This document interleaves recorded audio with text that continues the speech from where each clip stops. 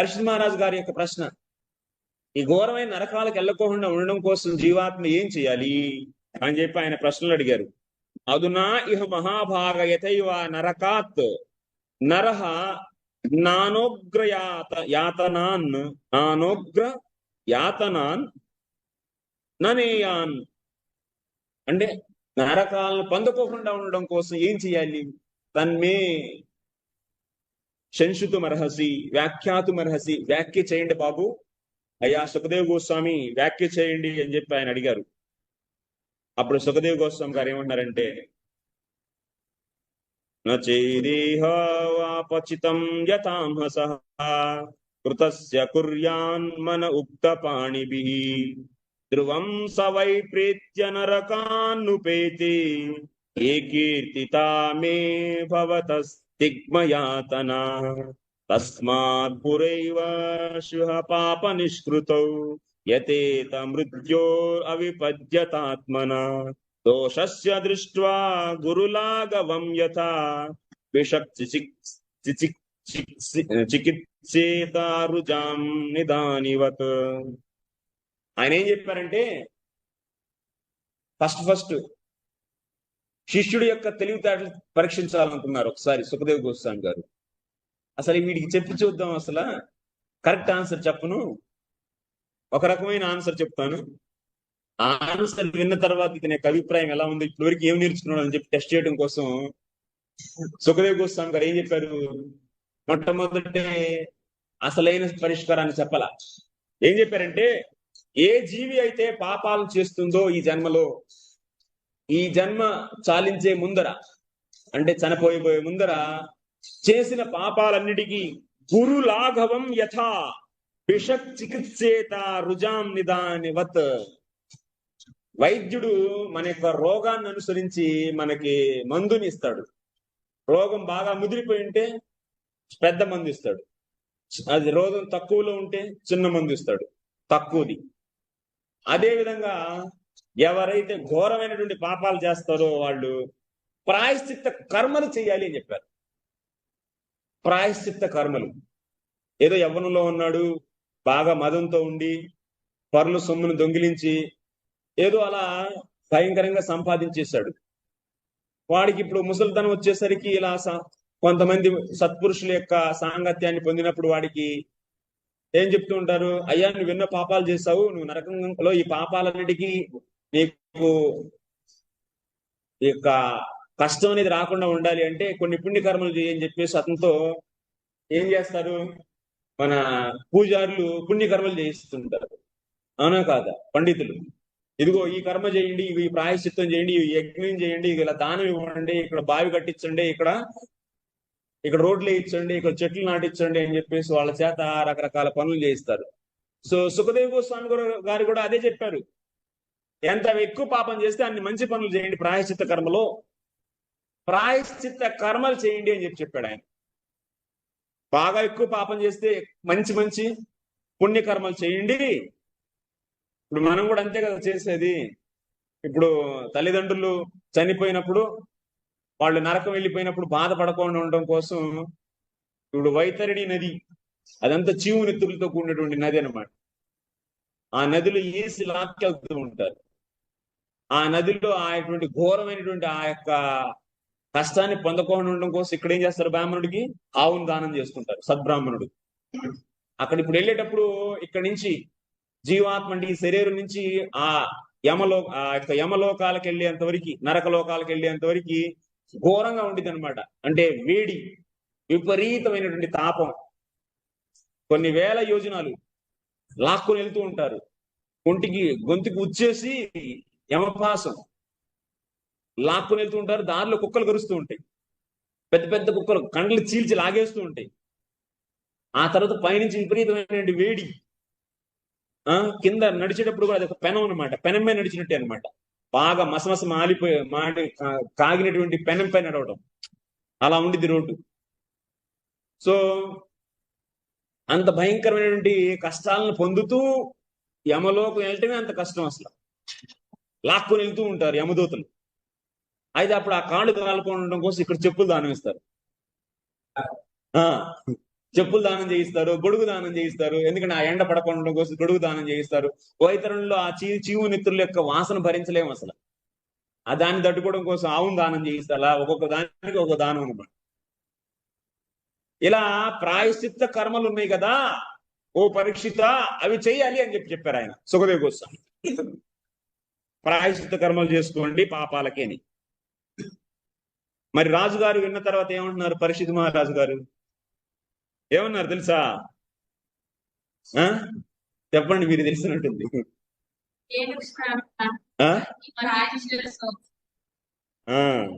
కుంజర శౌచం.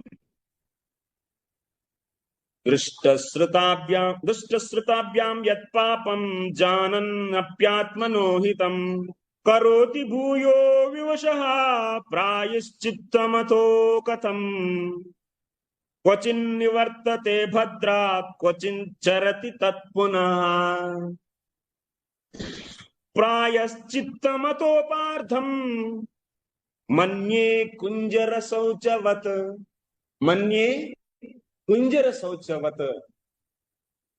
రాజుగారి పరీక్షలో నెగ్గారు. సుఖదేవ్ గోస్వామి గారు ఏం చెప్పారు? పాపాల నుంచి తప్పుకోవాలి, ఆ కష్టాల నుంచి, ఆ శిక్ష నుంచి తప్పుకోవాలి అంటే పుణ్యకర్మలు చేయాలి, ప్రాయశ్చిత్త కర్మలు చేయాలి అని చెప్పారు. అది విన్న తర్వాత పరీక్షిత్ మహారాజు గారు ఏమంటున్నారు? అయ్యా ఇదా, ఇది నేను ఒప్పుకోను, ఈ సమాధానం నేను ఒప్పుకోను, మీరు చెప్పింది నేను ఒప్పుకోను. ఎందుకంటే ఒప్పుకోరంట? క్వచిత్ నివర్తతే భద్రాత్ క్వచిత్ చరతి తత్పునః. క్వచిత్ చరతి తత్పునః. పాపం చేశాడు, దానికి ప్రాయశ్చిత్త కర్మ చేశాడు. మరి ఆ ప్రాయశ్చిత్త కర్మ చేసిన తర్వాత మళ్ళీ పాపం చేయడని చెప్పి ఆయన గ్యారంటీ ఉందా అంటే గ్యారంటీ లేదంట. క్వచిత్ నివర్తతే, అప్పుడప్పుడు చేయకుండా ఆగిపోతాడు. భద్రాత్ అభద్రాత్ క్వచిత్ చరతి పునః. ఒక్కోసారి మళ్ళీ అదే తప్పు చేస్తాడు. ప్రాయశ్చిత్తమతోపార్థం. అందుకోసమే ఓ గురువు గారు ప్రాయశ్చిత్తం అతః అపార్థం అని, అపార్థం అని ప్రయోజనకరమైంది కాదు. అపార్థం మన్యే కుంజర శౌచవత్. ఈ ప్రాయశ్చిత్త కర్మలు చేయటం అనేది ఏనుగు స్నానం లాంటిది. కుంజర శౌచవత్, ఏనుగు స్నానం. ఎందుకంటే ఏనుగు ఏం చేస్తుంది?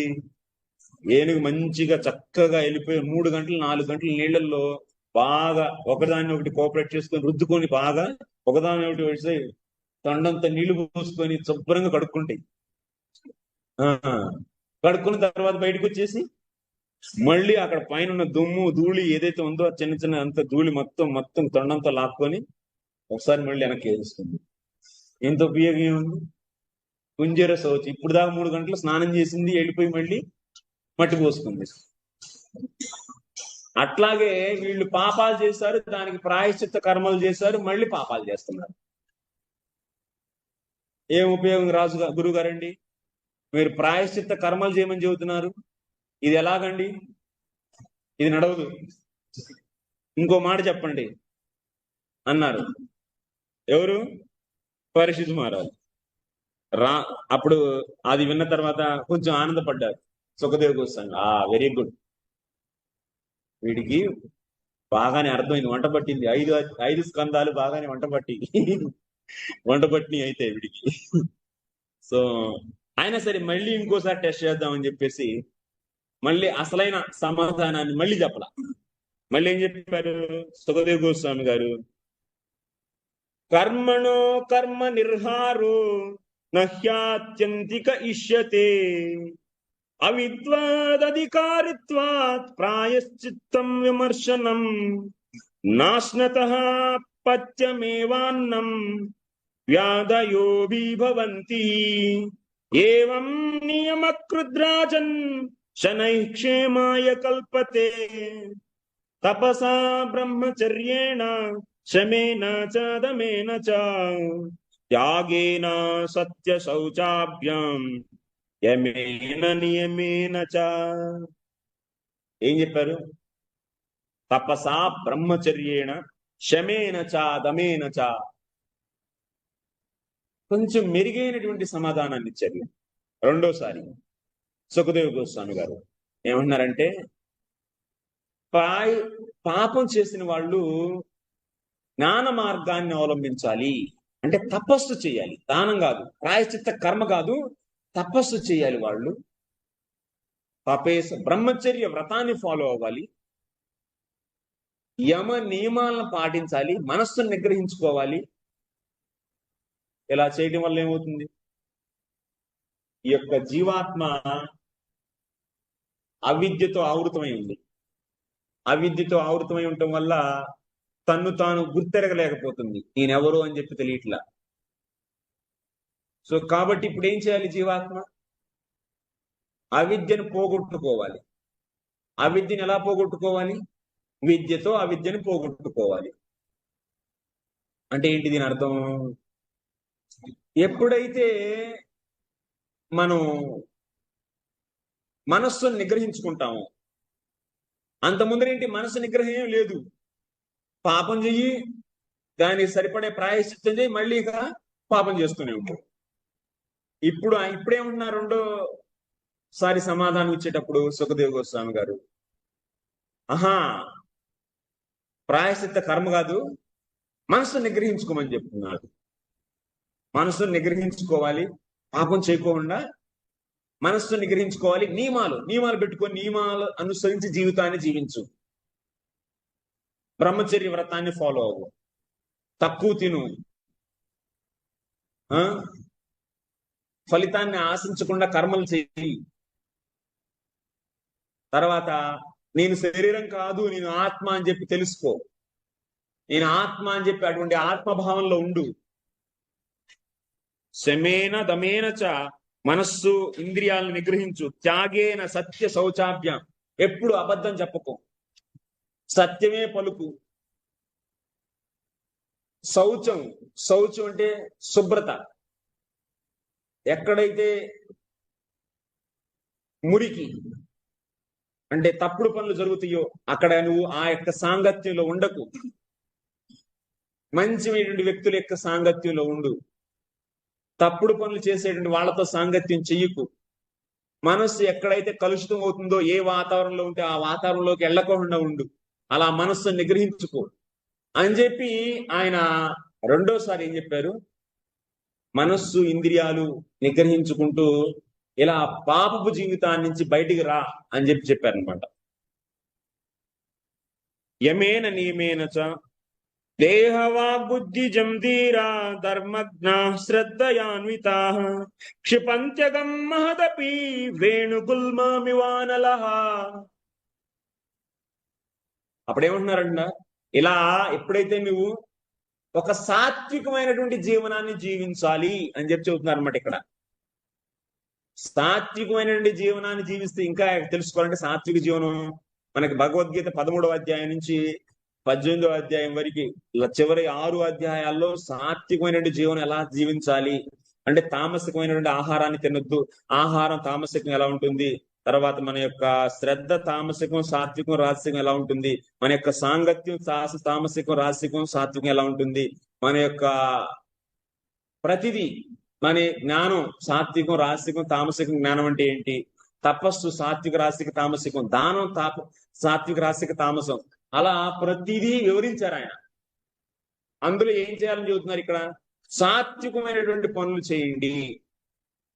అలా సాత్వికమైనటువంటి పనులు చేయటం వల్ల మనం పాపపు జీవితాన్ని నుంచి బయటపడిపోతాం అని చెప్పారు. ఇది రెండో సమాధానం. ఇలా చేయటం వల్ల ఏమవుతుందంట, పాపం అనేది ఎలా కాలిపోతుంది. ఇప్పుడు మంచి ఎండాకాలంలో మీరు చూసే ఉంటారు, మన చెట్లు కూడా తగలబడిపోతాయి అప్పుడప్పుడు. ఈ వెదురు చెట్లు ఎక్కడైతే ఉంటాయి, వెదురు బొంగులు ఉంటాయి కదా, అవి ఏమిటంటే రాసుకుంటే ఒకదానికొకటి ఎండకి. ఎండాకాలంలో మంచిగా విపరీతమైన ఎండల్లో గాలి కనుక తోలితే ఒకదాని ఒకటి రాసుకొని అందులోంచి అక్కడ ఘర్షణ వల్ల నిప్పు పుట్టి ఆ నిప్పు వల్ల మొత్తం ఆ రవ్వతోనే, నిప్పు రవ్వ చిన్నది కూడా చాలా అక్కడ, ఎందుకంటే బాగా ఎండిపోయి ఉంటే చిన్న రవ్వతోనే సర్రం లేచిపోయింది మొత్తం. అలా అడివడివి తగిలిపోయింది, పడిపోతాయి, మొత్తం కాలిపోతాయి. మొత్తం బొంగు చెట్లన్నీ కాలిపోతాయి. అలా చాలాసార్లు కాలిపోయినాయి. మనం ఎవరేం చేయలేరు దాన్ని, ఆపను కూడా ఆపలేము మనం. ఎక్కడ వరకు అయితే ఆ కనెక్షన్ ఉండేది అక్కడ వరకు మొత్తం అలా వెళ్ళిపోయింది అనమాట, క్లీన్ స్వీప్. సో ఇక్కడ ఏమంటున్నారంటే, ఇలా ఏ విధంగా అయితే వెదురు బంగులు కాలిపోతాయో అలా పాపం అనేది మన హృదయంలో ఉన్నటువంటి పాపం ఏదైతే ఉందో ఆ పాపం మొత్తం కాలిపోయింది ఎప్పుడు ఈ యొక్క సాత్విక విధానాలని మనం అవలంబిస్తే. మనం శరీరం కాదు, మనం ఆత్మ అని చెప్పి తెలుసుకోగలుగుతాం సాత్వికమైన జీవనాన్ని జీవించడం వల్ల. మనస్సు, బుద్ధి, ఇంద్రియాలు నిగ్రహించుకోవడం వల్ల నిగ్రహించుకునేటువంటి పనులే చేయాలి. నిగ్రహంలో ఉండేటట్టే ఆహారం భుజించాలి, నిగ్రహంలో ఉండేటట్టే మనం మన యొక్క సాంగత్యాన్ని ఎంచుకోవాలి. ఇలాంటివి చేయండి అయ్యా అని చెప్పారనమాట సుఖదేవ్ గోస్వామి గారు. ఇది విన్న తర్వాత అలా బెదురు బొంగులు ఎలా కాలిపోతాయి అలా కాలిపోతాయి అని చెప్పేసి చెప్పారు. పాపం అలా కాలిపోతుంది అని చెప్పారు. ఇది విన్న తర్వాత కూడా ఆయనకి అంత సాటిస్ఫాక్షన్ రాలా పరీక్షిత్ మహారాజు. ఏదో తేడా ఉంది గురువు గారు, మీరు బాగానే చెప్పారు కానీ ఇది ఇంత పర్ఫెక్ట్ కాదనిపిస్తుంది అని చెప్పి ఆయన మొహం అలా పెట్టారనమాట. అడగలేదు కానీ మొహం అలా పెట్టేశారు సుఖదేవ్ గోస్వామి. పరీక్షిత్ మహారాజు మా మొహం చూసినప్పుడు ఆయనకు అర్థం సుఖదేవ్ గోస్వామి అంటే వీడికి ఈ ఆన్సర్ కూడా నచ్చలేదు అని. అది అర్థం చేసుకున్నటువంటి సుఖదేవ్ గోస్వామి గారు అప్పుడు చెబుతున్నారు, కేచిత్ కేవల యాభక్త్యా వాసుదేవ పరాయణ అగం దున్వంతి కార్ష్ణేన నిహారమివ భాస్కర. అప్పుడేం చెప్పారు అంటే పరీక్షిత్ మహారాజు గారి యొక్క ఉద్దేశం ఏంటంటే, అయ్యా మీరు ఏం చెబుతున్నారు, ఈ జ్ఞాన మార్గాలను అంటే తపస్సు, వ్రతం, బ్రహ్మచర్య వ్రతం, యమ నియమాదులు వీటన్నిటిని ఫాలో అయితే పాపం ఏ విధంగా అయితే వెదురు బొంగులు కాలిపోతాయో అలా కాలిపోతుందని చెప్పారు. కానీ వెదురు బొంగులు కాలిపోయిన తర్వాత ఎండాకాలంలో వానాకాలం మళ్ళీ ఆగస్టు మాని జూన్ జూలై ఆగస్టు వచ్చేసింది. ఆగస్టు మాసంలో అలా వానలు పడగానే చక్కగా చిగురులు వేసుకుని వచ్చేస్తే చక్కగా పొదలు ఎంతెంత పెరిగిపోతుంది. సెప్టెంబర్ అక్టోబర్ వచ్చేసరికి ఇంక బాగా అసలు ఇంకా మళ్ళీ అడవి తయారైపోయి ఉండిద్ది. ఎండాకాలంలో చూస్తే మొత్తం ఖాళీ అయిపోయినట్టు ఉండిద్ది. ఇప్పుడు వెళ్ళి చూడండి, అడుగు పెట్టలేము అనమాట, అంత భయంగా ఉండిద్ది. అంటే ఈ పాపపు కర్మలు అనేవి జ్ఞాన సాధనాల వల్ల కాలిపోయినట్లే ఉంటాయి. జాయతో విషయాన్ పుంస సంగస్తోషోపజాయతే సంగా సంజాయతే కామాత్ క్రోధోభిజాయతే క్రోధాద్భవతి సమ్మోహాత్ స్మృతిభ్రంశో స్మృతిభ్రంశాత్ బుద్ధినాశో బుద్ధినాశాత్ ప్రణశ్యతి. అంటే జ్ఞాన సాధనాలని అంటే మనస్సుని నిగ్రహించుకోవడం వల్ల, మనస్సుని దేని ఆధారంగా, నేను శరీరం కాదు నేను ఆత్మ అనేటువంటి జ్ఞానం ద్వారా మనం మనస్సుని నిగ్రహించుకొని చెడు వైపు పోనీయకుండా ఆపినా, వెదురు బొంగులు కాలిపోయినా, సరైనటువంటి వాతావరణం మళ్ళీ ఏర్పడితే అంటే ఏంటి, మళ్ళీ వర్షాలు పడితే ఏమవుతుంది, మళ్ళీ చిగురుస్తాయి. అదే విధంగా జ్ఞాన సాధనాల ద్వారా పాపాన్ని పోగొట్టుకున్నప్పటికీ ధ్యాయతో విషయాన్ పుంసః, ఎప్పుడైతే మళ్ళీ ఇంద్రియ విషయాల వైపు కనుక ఏదో ఆదమరిచే నువ్వు నీ యొక్క ఇంద్రియ విషయాలతో సంలగ్నం అయితే వాటిని చూస్తూ ఉంటే, మన విశ్వామిత్రుడే మంచి ఎగ్జాంపుల్ అని. ఎంతో నిష్ఠాగర్షుడు, అంటే రాజు, ఆయన రాజు అయినప్పటికీ ఒక దీక్ష పూనుకున్నాడు. ఆయన రాజబలం కన్నా బ్రహ్మబలం అంటే బ్రాహ్మణుడి యొక్క బలం శ్రేష్టమైంది. ఎందుకంటే వశిష్ఠుడి ద్వారా ఓడిపోయినప్పుడు ఆయనకి చాలా బాధ కలిగింది. అయ్యో ఇదేంటి, ఒక ఇంత పెద్ద రాజునేంటి కూడా ఒక చిన్న బ్రాహ్మణుడి యొక్క ముందు నేను ఓటమొప్పుకోవాల్సి వచ్చింది. తెలుసు కదా మీకు ఆ స్టోరీ. సొరబి ఆవుని ఎత్తుకుని వెళ్ళిపోదామని చూస్తే ఆ సొరబి ఆవు నుంచి కొన్ని వేల మంది సైనికులు ప్రొడ్యూస్ అయ్యారు, ఉత్పత్తి అవుతారు. ఆ వేల మంది సైనికులు ఈ యొక్క విశ్వామిత్రుడి యొక్క సైన్యాన్ని అట్టే ఓడిచ్చేస్తారు. బాధపడిపోతాడు ఇక విశ్వామిత్రుడు. సో బాధపడిపోయి, ఇట్లా కాదు, ఇది వేస్ట్, ఇది ఈ యొక్క శాస్త్ర బలం అనేది, ఖండ బలం అనేది గొప్పది కాదు, కండ బలం కన్నా బ్రాహ్మణుడి యొక్క బలం, తపస్సు చేయడం వల్ల వచ్చే బలం అనేది, బ్రాహ్మణుడు అంటే ఏంటి? తపస్సు చేస్తాడు, ఇంద్రియాలను నిగ్రహిస్తాడు, మనస్సుని నిగ్రహించుకొని ఉంటాడు, దీని వల్ల శక్తి వస్తుంది అనమాట. సో ఈ శక్తి అనేది చాలా గొప్పది, కాబట్టి నేను ఈ శక్తిని పొందుతాను అని చెప్పేసి రాసకార్యాలన్నీ వదిలేసి రాజర్షి అయ్యాడు. ఆయన రాజర్షి అయ్యాడు. ఇప్పుడు రాజర్షి అయిపోయి మన యొక్క జ్ఞాన సాధనాలని అవలంబించాడు. అంటే తపస్సు చేయటం, బ్రహ్మచర్య వ్రతం, యమ నియమాదులు, అంటే ఏవైతే అష్టాంగ యోగాన్ని అనుసరించి యమ నియమాదులు ఉన్నాయో ఆ యొక్క, అంటే అల్పాహారం భుజించడం, అల్పంగా శయనించడం, మనస్సుని ఎప్పుడు నిరంతరం సో ఇంద్రియ విషయాల వైపు పరిగెత్తనివ్వకుండా ఆపుకొని నిగ్రహించుకొని ఉంచుకోవడం, ఇలాంటి పనులు ఎన్నో చేశాడు. ఆయన చేయటం వల్ల ఆయనలో కొంత శక్తి ఏర్పడింది, రాజర్షి అయ్యాడు. కానీ ఒకానొక సమయంలో ఎప్పుడైతే మేనక వచ్చే ఇంద్రుడికి భయం కలిగింది. అమ్మో, ఈ విశ్వామిత్రుడు ఎలా వదిలేస్తే ఈ యొక్క తపోశక్తితో నా యొక్క ఇంద్ర పదవినే ఆయన ఆక్రమించుకునేటువంటి సంభావన ఉంది అని చెప్పేసి ఆయన ఏం చేశారు, ఈ యొక్క విశ్వామిత్రుడిని పడగొట్టాలి అని చెప్పి సో మేనకని పంపిస్తే,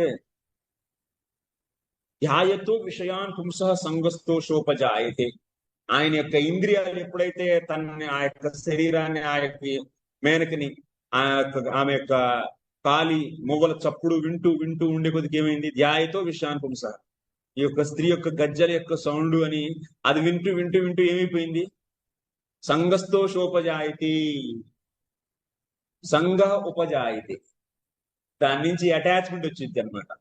ఈ వస్తువు నాకు కావాలి, నాకు కావాలి, నాకు కావాలి అనేటువంటి ఒక రకమైన అటాచ్మెంట్. దాని నుంచి సంగా సంజాయితే కామ, దాని నుంచి కామం పుట్టుకొచ్చింది. ఆ తర్వాత ఆ కామం గనక వెంటనే తీరకపోతే క్రోధం వస్తుంది, క్రోధంలో స్మృతి నశించిపోతుంది, స్మృతి నశించిపోవడం వల్ల బుద్ధి నష్టమైపోతుంది, బుద్ధి నష్టమైపోవడం వల్ల ప్రణశ్యతి, వాడే పతనమైపోతాడు. సో జ్ఞాన సాధనాల ద్వారా మనం చూసాం విశ్వామిత్రుడి యొక్క స్టోరీ. నిగ్రహించుకోవాల్సిన సమయంలో నిగ్రహించుకోలేకపోయాడు. అన్ని రోజులు తపస్సు చేసి పాప జీవితాన్ని నుంచి బయట పడినప్పటికీ విషయాల యొక్క సంపర్కం జరిగినప్పుడు మళ్ళీ తిరిగి మామూలైపోయాడు. సప్రెస్ చేసి పెట్టుకున్నాడు పాపం. అసలు లోన ఆ అవిద్య అనేది పూర్తిగా నశించిపోలే అనమాట. ఎందుకంటే మన జీవాత్మని ఎవరు కవర్ చేసేది? అవిద్య కవర్ అయి ఉండిద్ది. ఈ అవిద్య పూర్తిగా నష్టమైపోతే అప్పుడు జీవాత్మకి ఫుల్ సెక్యూరిటీ వస్తుంది అనమాట. అది ఇక్కడ మనకి ప్రొజెక్టర్ లేదు, లేకపోతే చూపించేవాడిని మంచి ప్రొజెక్టర్లు పెట్టి. నా దగ్గర ఉంది ఆఫీస్లో, నెక్స్ట్ టైం నుంచి ప్రొజెక్టర్ తీసుకొచ్చి చూపిస్తారు. ప్రొజెక్టర్లో తీసి చూస్తే మీకు అర్థమవుతుంది అన్నమాట. అసలు ఏంటి అంటే, ప్రాయశ్చిత్త కర్మలు చేస్తే ఎలా ఉంటుంది, జ్ఞాన సాధనాలను అవలంబిస్తే ఏం జరుగుతుందో అన్నది, ఈ రెండింటి గురించి అక్కడ మనం వివరించవచ్చు. అయితే ఇప్పుడు ఏమైంది, ఇప్పుడు ప్రస్తుతానికైతే అవిద్య అనేది పూర్తిగా నశించిపోలా. పాపపు వాసనలు అనేవి అవి పూర్తిగా నష్టం అవ్వాల ఎప్పుడు జ్ఞాన సాధనాలు అవలంబిస్తే. ప్రాయశ్చిత్త కర్మలకి జ్ఞాన సాధనాలకు తేడా ఏంటి? ప్రాయశ్చిత్త కర్మలు చేస్తే మళ్ళీ మళ్ళీ పాపం చేయాలనే బుద్ధి అనేది ఇంక పోదు, అది మళ్ళీ మళ్ళీ వెంటనే పాపాలు చేస్తాడు. కానీ జ్ఞాన సాధనాలు అవలంబించడం వల్ల దానికన్నా కొంచెం మెరుగైన స్థితి, పాపపు జీవితాన్ని నుంచి బయటపడిపోతున్నాడు జ్ఞాన సాధనాలు అవలంబించడం వల్ల. అంటే ఏంటి? బ్రహ్మచర్య వ్రతాలు నియమాలు అన్ని పెట్టుకున్నాడు కదా, ఇగో నేను ఇది తిన్ను, అగో నేను ఇది చేయను, ఇది ఇక్కడికి వెళ్ళను అని ఇలా నియమాలు పెట్టుకోవడం వల్ల ఆటోమేటిక్ గా పాపపు జీవితం నుంచి బయటపడిపోతున్నాడు. కానీ అది కూడా ఫుల్ సేఫ్టీ ఏం కాదు. ఎందుకు కాదు? ఒకవేళ ఏదైనా సమయంలో పరిస్థితుల్లో, విషమ పరిస్థితుల్లో ఇంద్రియ విషయాల యొక్క సంపర్కాన్ని గనక పొందితే అయిపోయినట్టే, మళ్ళీ పడిపోయినట్టే. విశ్వామిత్రుడు ఎలాగైతే పడిపోయాడో కొన్ని వందల సంవత్సరాలు ఆయన మేనకతో సంపర్కంలో ఉండిపోయాడు పాపం. తన యొక్క తపస్సు మొత్తం నష్టమైపోయింది. మళ్ళీ తపస్సు చేసుకున్నాడు లేండి, కానీ ఇది కూడా సేఫ్టీ కాదు. కేచిత్ కేవలయా భక్త్యా వాసుదేవ పరాయణ. అగం ధున్వంతి కార్స్నేన నిహారమివ భాస్కర. అగం ధున్వన్ కేవలయా భక్త్యా, కేవల భక్తి ద్వారా ఏమవుతుందంట? కేవల భక్తి అంటే ఇక్కడ ఏంటి? శుద్ధ భక్తి. శుద్ధమైనటువంటి భక్తి ద్వారా ఏమవుతుంది? వాసుదేవ పరాయణ. వాసుదేవ పరాయణ అనేది ఇక్కడ చాలా ముఖ్యమైనటువంటి శబ్దం అన్నమాట. ఇక్కడ వాసుదేవ పరాయణుడు అంటే ఏంటి అర్థం? వాసుదేవ పరాయణుడు నిరంతరం అంటే భగవంతుడి యొక్క భక్తియే చేయాలి, భక్తికి పూర్తిగా సంలగ్నమైపోయినటువంటి వ్యక్తి. కేచిత్ కేవలయా భక్త్యా వాసుదేవ పరాయణ. వాసుదేవుడే నాకు సర్వస్వం, ఇక ఆయన యొక్క భక్తే నాకు నిత్యం నిరంతరం చేయాల్సింది, ఇక అదే చేస్తాను అని చెప్పి అలా ఎవరైతే పూనుకుంటారో వాణ్ణి వాసుదేవ పరాయణుడు అంటారు.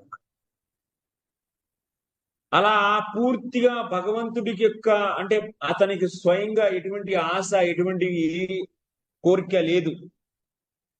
ఈ ఇంద్రియాలను భోగించాలి, ఈ రాజ్యాలు ఏలాలి, ఈ దేశాలు ఏలాలి, ఇలాంటి ఎటువంటి కోరికలు ఏమి లేవు. లేకపోతే స్వర్గాలకు వెళ్ళాలి, లేకపోతే బ్రహ్మ పదవిని పొందాలి, లేకపోతే మోక్షాన్ని పొందాలి, సంసారం నుంచి బయటపడిపోయి నేను సుఖంగా ఉండాలి అనే అటువంటి కోరికలు కూడా ఏమీ లేవు. మరి ఏంటంటే ఆయనకు ఉంది నిరంతరం నిత్యం భగవంతుడి యొక్క ఆనందమే నా ఆనందం.